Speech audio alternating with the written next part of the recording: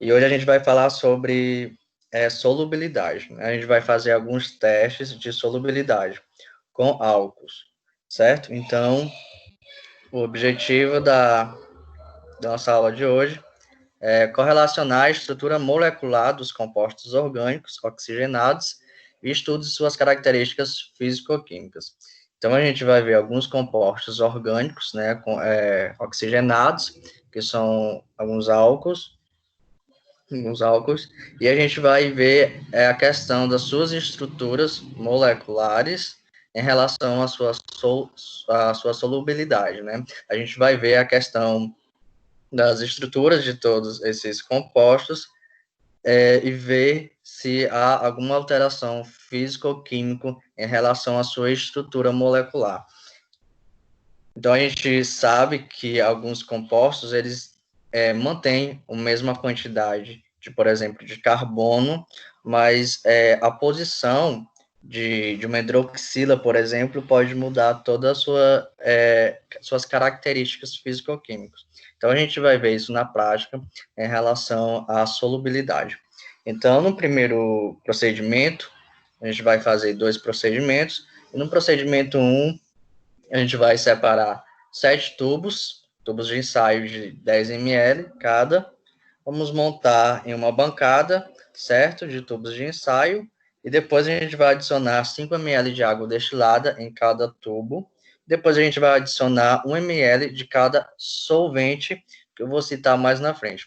E depois disso a gente vai homogeneizar cada um desses tubos, certo? E vamos observar o que vai acontecer, a reação desses solventes, certo? Então, para o procedimento 1, a gente vai fazer o quê? A gente vai pegar um tubo, né, em cada tubo de ensaio de 10 ml, contendo 5 ml de água, depois a gente vai acrescentar 1 ml ou 20 gotas de etanol, né, de álcool etanol, e vamos tampar o tubo e vamos agitar vigorosamente. Depois, a gente vai tampar o tubo e deixar em repouso na bancada. E a gente vai anotar o que vai acontecer, certo? E a gente vai repetir esse mesmo processo com outros solventes.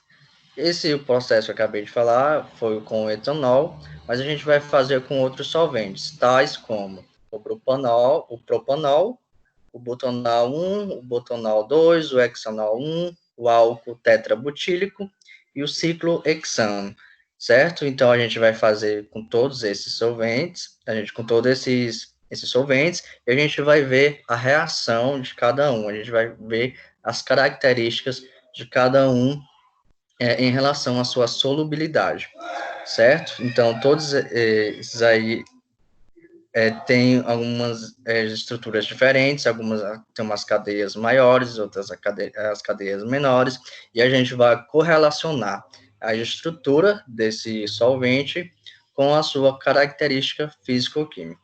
E no caso aqui será questão da solubilidade, certo? A gente vai ver se eles são solúveis ou não solúveis, ou se eles são miscíveis ou immiscíveis, certo?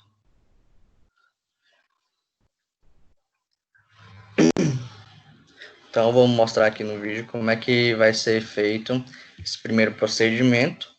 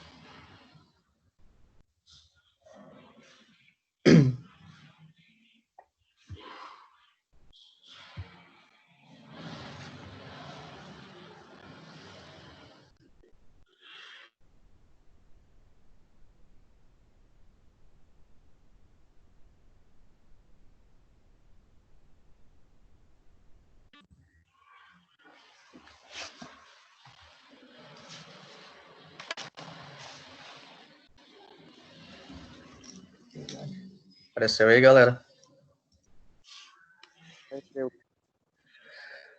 Pronto. Ainda não. Apareceu.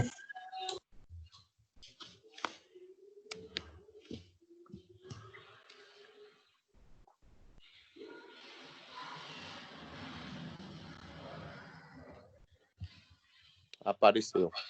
Bom, esse aí é o material que a gente vai utilizar para essa prática, para esse primeiro procedimento. Então, esses aí são os 7 solventes, certo? Acabei de mencionar o butanol, propanol, bentanol. E a gente vai separar aliás, 7 tubos de ensaio, né? Vamos colocar na grade de apoio. E vamos identificar, como sempre eu falo, tudo que você fazer você tem que identificar. Então, começa identificando todos os tubos de ensaio com os respectivos solventes.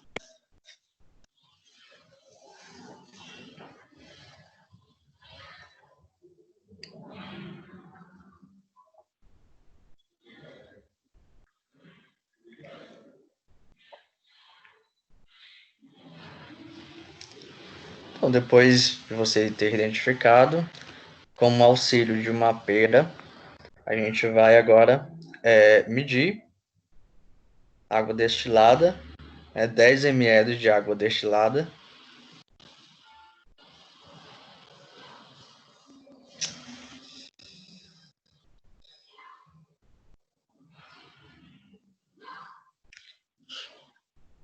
Você vai pipetar com o auxílio da pera 10 ml de água destilada e vai colocar esses 10 ml em cada tubo de ensaio.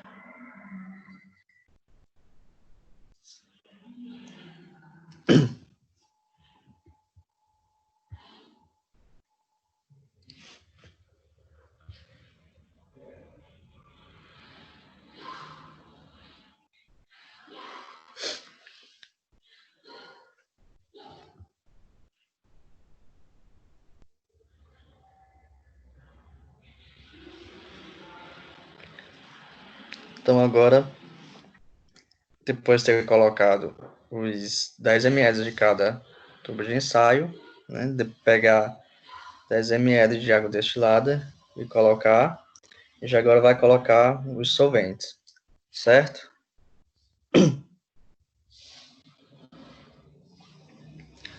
Com o auxílio também da pipeta, certo? Da pipeta e da pera, a gente vai colocar 1 ml de álcool de etanol, de butanol 1, butanol 2, hexanol 1, o álcool tetrabutílico, ciclohexanol e esses 7 solventes, 1 ml de cada um.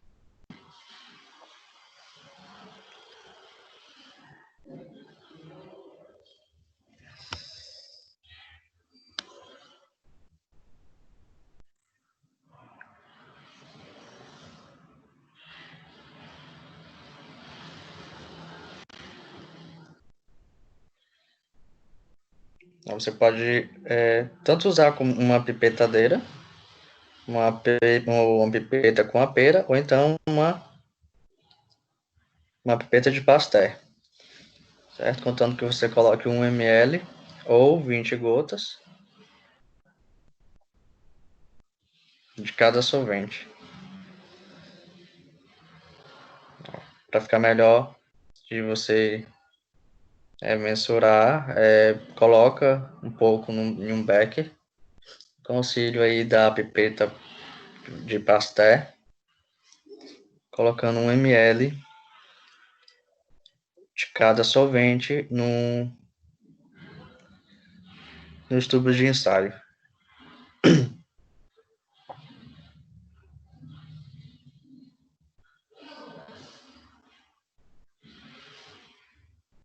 Procedimento, coloca um pouco no becker depois do Becker. O auxílio da pipeta Pasteur, você mensura 1 ml e coloca no tubo de ensaio. Então faz esse mesmo procedimento com todos os tubos de ensaio, com os 7 solventes.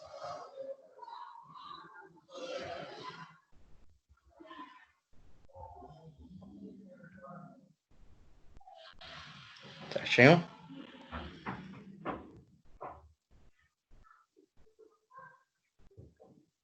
Então, dependendo do solvente, tem uns solventes que eles são muito voláteis, né, por se tratar de álcool. Há alguns álcools que eles são bastante voláteis. Alguns é preciso fazer esse procedimento dentro de uma capela. Então, dentro de uma capela, faz o mesmo procedimento, certo?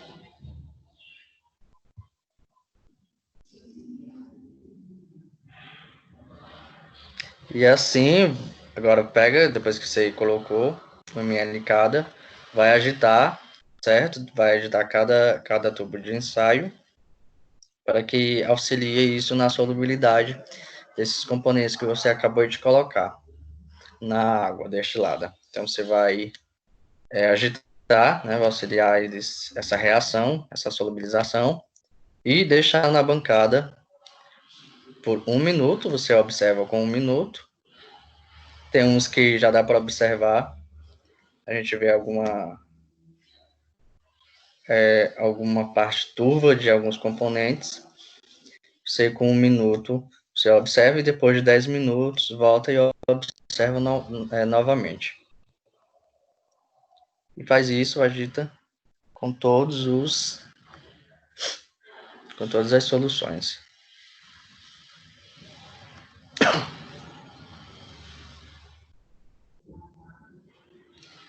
Pronto, aí tá aí 7 soluções que você fez, né? O primeiro com o etanol, depois do etanol foi o propanol, depois do propanol o butanol 1, o butanol 2, o hexanol 1, o álcool tetrabutílico e o ciclohexanol. Depois que você fez esse procedimento, você vai aguardar por 1 minuto, vai observar o que aconteceu, e depois de 10 minutos você vai voltar novamente na bancada e ver de novo o que aconteceu depois de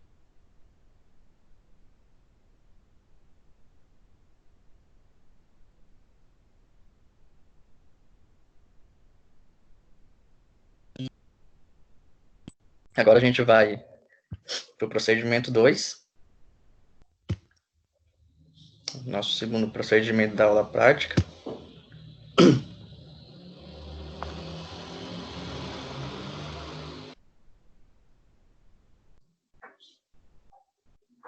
Já nesse procedimento 2, a gente vai ter um auxílio, né, de um reagente, né, que a gente chama de reagente de Lucas.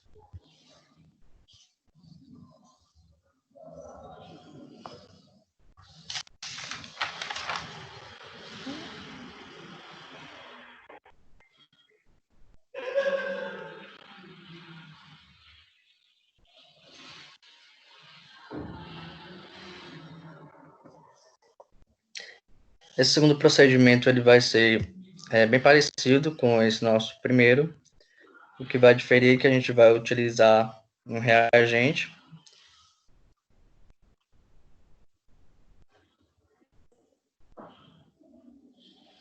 mas a intenção é também mostrar a questão da solubilidade desses componentes com esse reagente agora.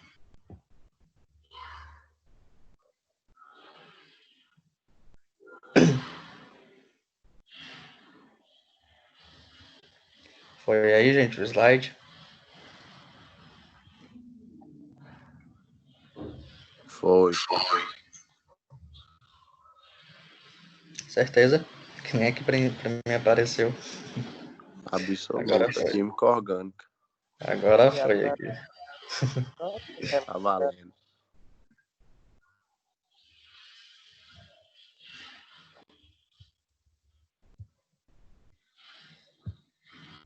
Opa. Bom, gente, nosso segundo procedimento, a gente vai utilizar de um reagente, mas é bem parecido com o nosso primeiro procedimento. Primeiro a gente vai separar agora 3 tubos de 10 ml, depois vamos adicionar 1 ml de cada solvente, que eu vou citar mais à frente, depois vai adicionar 1 ml desse reagente, que a gente chama de reagente de Lucas, e vamos aquecer o tubo em que não houver a mudança aparente, certo? Então, na hora que a gente está fazendo a reação, está colocando os reagentes, a gente observa a reação, né? Se os que não tiver reação, a gente vai aquecer o tubo para ver essa reação que é com o auxílio do reagente de Lucas, beleza? E depois vamos observar o que vai acontecer. Primeiro, para a gente preparar o reagente, a gente vai precisar de 62,5 gramas de cloreto de zinco. Depois a gente vai secar esse cloreto de zinco em uma estufa a 150 graus Celsius por 24 horas. Depois desse intervalo, né, depois que passou esses 24 horas, a gente vai retirar esse material da estufa e depois, em um banho de gelo, a gente vai resfriar esse material num beck de 250 ml com 47 ml de cloreto com ácido clorídrico, beleza? Ácido clorídrico concentrado.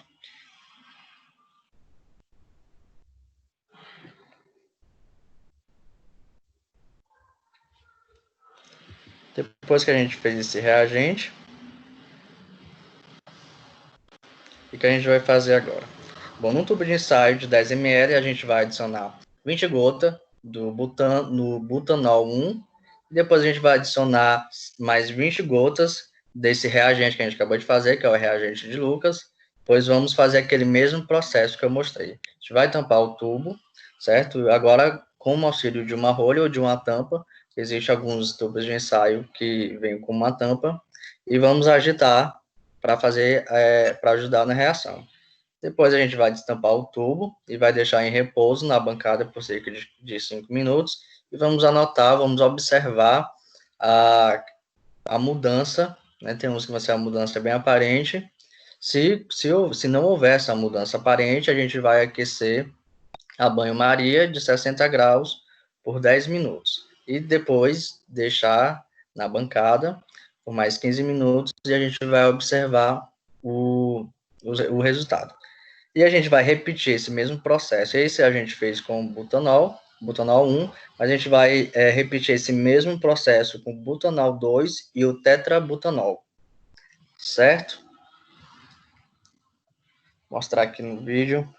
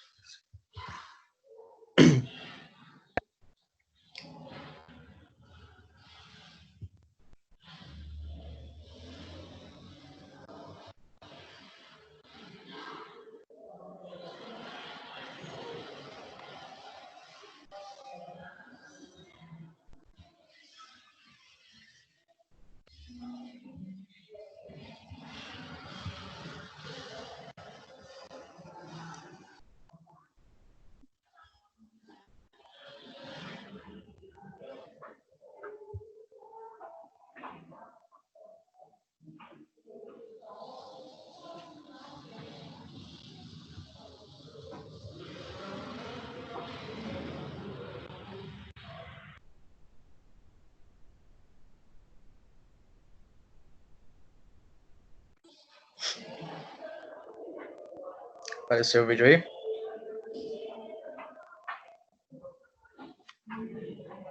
Ainda não.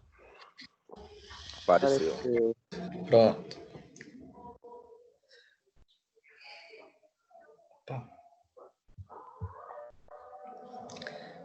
Fazer aquele mesmo procedimento de identificar cada componente. No caso aí a gente vai utilizar o butanol 1, o butanol 2 e o tetrabutanol. Fazer aquele mesmo processo. Pegar 10 ml, né? Um tubo de ensaio de 10 ml, a gente vai adicionar 20 gotas de butanol 1 No caso, a gente não vai utilizar mais a água destilada.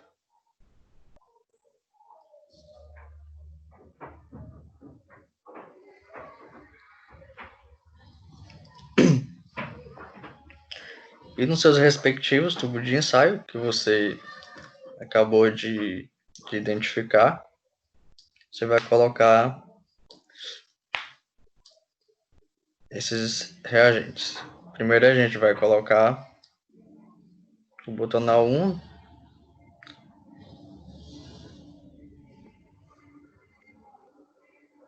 butanol que ele é um hidrocarboneto, certo? Na sua estrutura é formada por basicamente carbono e hidrogênio. A gente vai ver a questão da sua estrutura, tanto a quantidade de carbono, por isso que a gente está usando esses diferentes tipos de reagentes. Depois que você colocou o seu butanol 1, agora vai colocar o reagente de Lucas, que é aquela reação que é com cloreto de zinco, certo? Depois disso, a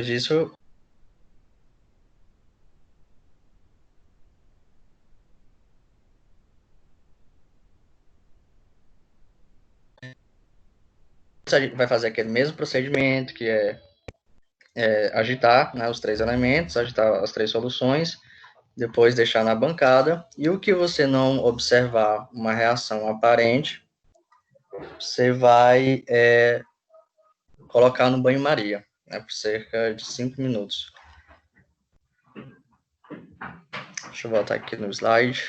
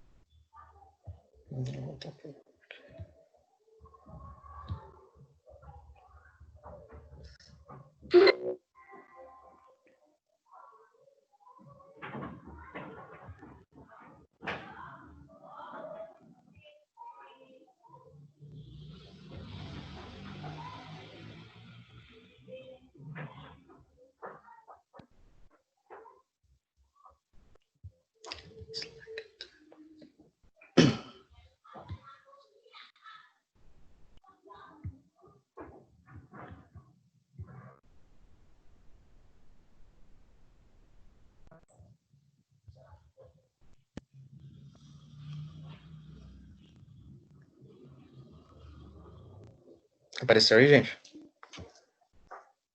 Apareceu o vídeo, professor. O vídeo. Sim, Sim. o vídeo. Bom, isso aí é o resultado do nosso segundo procedimento. Então, ele vai aparecer no meu lado esquerdo, eu tenho o butanol 1, e o meu lado direito eu tenho um tetrabutanol, certo? Então, vai ficar, o que tem a cadeia menor vai ficar mais solúvel, certo? Vai ficar mais transparente. E já esse tetrabutanol, aliás, esse tetrabutanol, ele vai aparecer com um aspecto mais turvo, certo? Então, esse aí vai ser o resultado da prática. A gente agora vai ver por que isso acontece.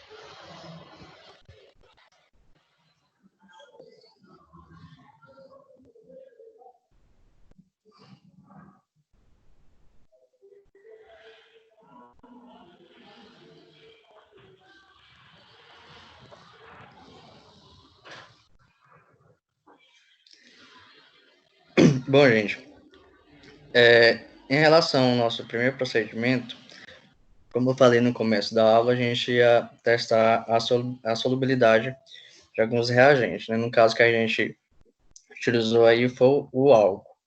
Então, isso, na prática, a gente ia ver se esses compostos ele ia ser miscível ou immiscível, né? Se existiria a miscibilidade ou a immiscibilidade entre o soluto e o solvente. Miscibilidade seria a solubilidade, certo? E a immiscibilidade seria a insolubilidade. Então, se a gente ia ver se um composto, se aquela solução, ela ia ficar solúvel ou não em água. No caso que a gente utilizou foi o etanol, né? Depois do etanol, a gente utilizou o butanol 1, butanol 2, o hexanol e o tetrabutílico e o ciclohexanol. Bom, o etanol, tanto o etanol quanto o propanol, as suas cadeias elas são menores que esses outros compostos, certo? Então, a interação da água com o álcool, a gente utilizou, né? A gente colocou primeiro a água destilada e depois esses compostos, né? No caso, o álcool. Então, o álcool, ele existe uma interação com a água. Lembra da nossa aula prática anterior que a gente mencionou as questões das interações de um elemento com o outro, certo? Então, o álcool, ele tem uma interação com a água. Então, alguns álcools, eles são solventes em água, outros não. Como, por exemplo, o etanol e o propanol, ele é solúvel na água, porque suas cadeias elas são menores, certo? Então, existe a solubilidade do álcool em água só com cadeias de carbono 1, 2 e 3. Então, a partir daí, a gente já vê uma immiscibilidade desse soluto e desse solvente. Então, a gente vai ver no etanol, no propanol, a gente vai ver aquele aspecto mais transparente, certo? Já a partir do butanol, que o butanol já é uma cadeia com 4, né, com 4 carbonos, então é uma cadeia maior, então ele não há muita interação com a água. Então a gente já vê aquele aspecto, certo? Aquele aspecto meio turvo, aquele aspecto mais turvo que caracteriza a immiscibilidade, né? A insolubilidade do álcool com a água, né? Eles não se interagem muito. Então, da nossa primeira prática, apenas o etanol e o propanol, eles vão ser miscíveis, certo? E já a partir do butanol, que é o butanol 1, butanol 2, o tetrabutílico e o ciclohexanol, eles vão ser immiscíveis. A gente vai ver aquele aspecto mais turvo, certo? Então, a prática era para mostrar essa interação do álcool com a água. A gente ia mostrar a solubilidade desses compostos, né? Então, o resultado da prática é o etanol e o propanol, eles são miscíveis, a gente vê que eles são solúveis, certo? Já a questão do butanol 1, butanol 2, o tetrabutílico e o ciclohexanol, eles são immiscíveis. Então, esse álcool ele não se interage muito com a água. Então, a sua solubilidade ele é bem baixa. Então, quanto maior a cadeia, menos ele é solúvel, certo? Já nosso segundo procedimento, ele é basicamente parecido com o nosso primeiro. A gente utilizou aí com a questão de um reagente, né, com a ajuda de um reagente. Então, a gente não utilizou a água, então eles não eram solúveis em água. Então, a gente utilizou essa outra cadeia. Como vocês podem observar aí, os três, eles possuem 4 carbonos, certo? Então, eu falei que a partir de 4 carbonos, o álcool ele não interage muito com a água. É por isso que a gente utilizou esse reagente, né, que é o reagente de Lucas. Então, nesse segundo procedimento, a gente quis mostrar né? O procedimento, ele mostra mais a questão da estrutura dessas moléculas. Como vocês veem aí, essas três moléculas, tanto o butanol 1, o butanol 2 e o tetrabutanol, eles têm quatro carbonos. Então, a sua cadeia apresenta 4 carbonos. O que vai diferir aí, o que vai diferenciar, é a posição da hidroxila, né? No butanol 1, a hidroxila está no carbono 1, é por isso que é o carbono primário, certo? Já no butanol 2 está no 2, e já nesse tetrabutanol, ele forma uma figura geométrica. Por isso que a gente vê, por isso que a gente chama ele de tetrabutanol, né? Que ele parece mais uma figura geométrica de um tetraedro. Então, a gente vê que a posição no caso aí da hidroxila, ela muda toda a estrutura da cadeia, né? Ele muda, né? Na posição que a hidroxila está em relação aos carbonos, ele muda toda a sua estrutura, que também vai mudar na sua característica físico-química. No caso aqui, o que mudou a característica físico-química foi na sua solubilidade, né? Como que a gente quer ver a solubilidade. Então, no butanol 1, a gente viu que ele ficou transparente. Lembra aquelas duas imagens que eu mostrei? Então, no butanol 1, ele ficou mais transparente, certo? E já no tetrabutanol, ficou aquela imagem mais turva, né? Aquela característica mais turva. Então, a sua característica da sua cadeia, que no caso aí formou um tetrabutanol, por sua formação geométrica ser parecido com um tetraédrico, ele ficou mais turvo, né? A sua solubilidade alterou, certo? Isso não muda, não altera só a solubilidade, mas também com outros aspectos físico-químicos, certo? Como, por exemplo, o ponto de ebulição. A gente viu na aula passada que o tamanho da cadeia ela interfere no ponto de ebulição, não foi isso?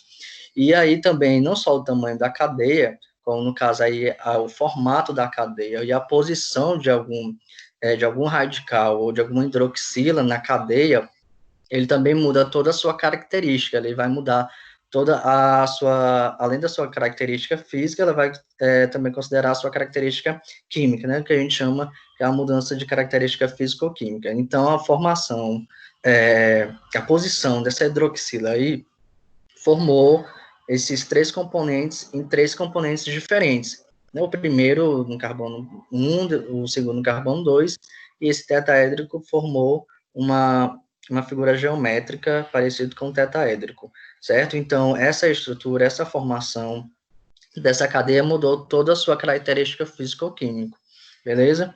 Então, muda não só a questão da solubilidade, que foi o que a gente viu hoje, mas também o seu ponto de ebulição, né? Ponto de ebulição, ponto de fusão, isso muda todo. Sendo que a gente observa que isso aqui é uma cadeia contendo com quatro carbonos, mas, de acordo com a sua posição aí no caso da hidroxila, ele vai mudar toda a sua característica físico-química. Beleza, gente? Então, a aula de hoje foi basicamente essa, foi para mostrar a questão da solubilidade de um composto, né, de um mesmo grupo, mas com características, poucas características que diferenciam, mas que vai interferir na sua característica físico-química, que no caso aí a gente quis mostrar a sua solubilidade. Beleza, gente? Então, a aula de hoje foi essa. Alguém tem alguma pergunta?